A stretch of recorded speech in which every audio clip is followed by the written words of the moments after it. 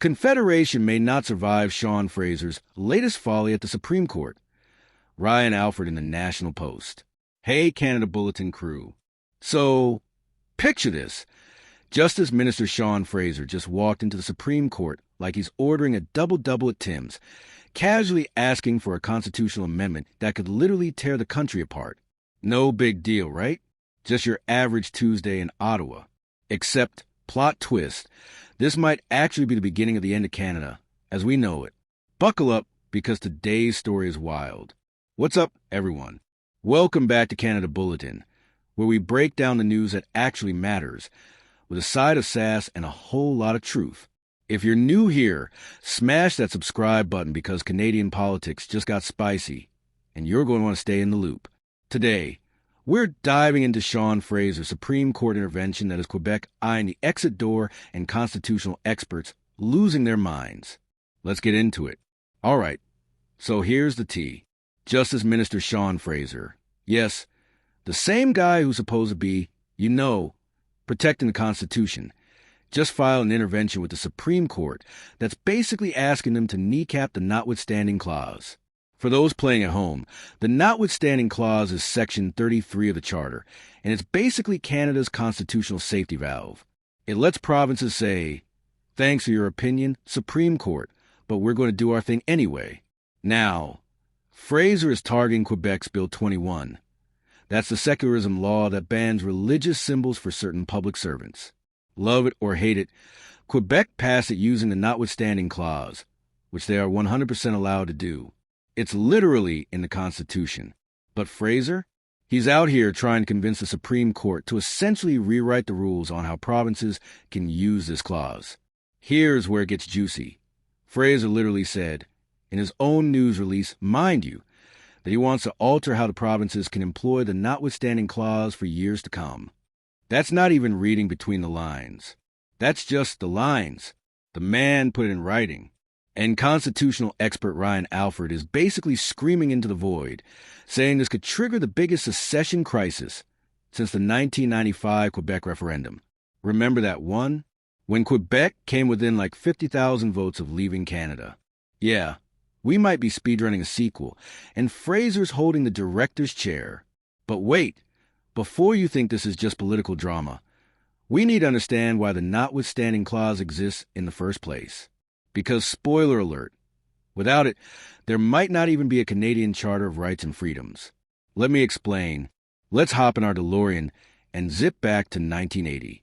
Pierre Trudeau, yes, Justine's dad, is promising Quebec that if they vote no in the independence referendum, he'll renovate Canadian federalism. Sounds great, right? Except René Lévesque, Quebec's premier at the time, saw what was coming. He looked at Trudeau's proposed charter and basically said, hold up, you're telling me the Supreme Court, which will always have an English-speaking majority, gets to overrule Quebec's National Assembly? That's going to be a no from me, dog. Lévesque understood something crucial. Judicial supremacy is great until the judges don't share your values. And for Quebec, protecting its distinct French culture and identity wasn't just politics. It was survival. Fast forward to negotiations, and the Supreme Court gives Ottawa even more power in the patriation reference, basically green-lighting unilateral constitutional amendments. Quebec's worst fears were coming true. They were about to be locked into a constitution where judges in Ottawa could override the will of Quebec voters. That's when Jean Chrétien, who would later become Prime Minister, made a crucial concession.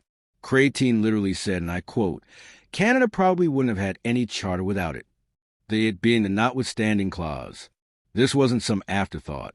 This was the deal, the grand bargain, the thing that made Quebec and Alberta and other provinces willing to sign on.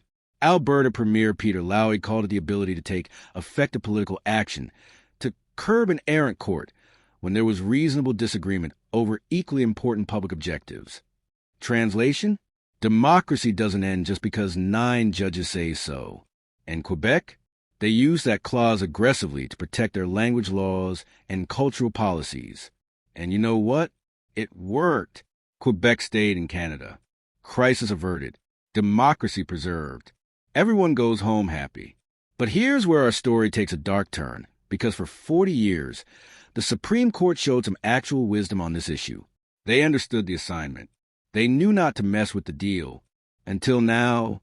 So in 1988, the Supreme Court ruled in Ford versus Quebec, and this is crucial, that there's no warrant for importing grounds for substantive review when provinces use the notwithstanding clause. In plain English, as long as you use the magic word specified in the Charter, the court can't touch you.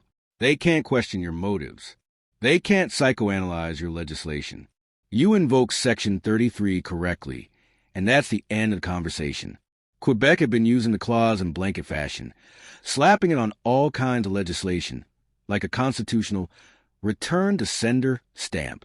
And the court said, yeah, that's fine. That's not an unauthorized constitutional amendment. That's just provinces being provinces. This wasn't the court being weak or cowardly. This was the court being smart. They recognized that the notwithstanding clause was the glue holding this country together. Touch it and everything falls apart. For 40 years, the Supreme Court has addressed the limits of Section 33 exactly once. Once. They've shown restraint.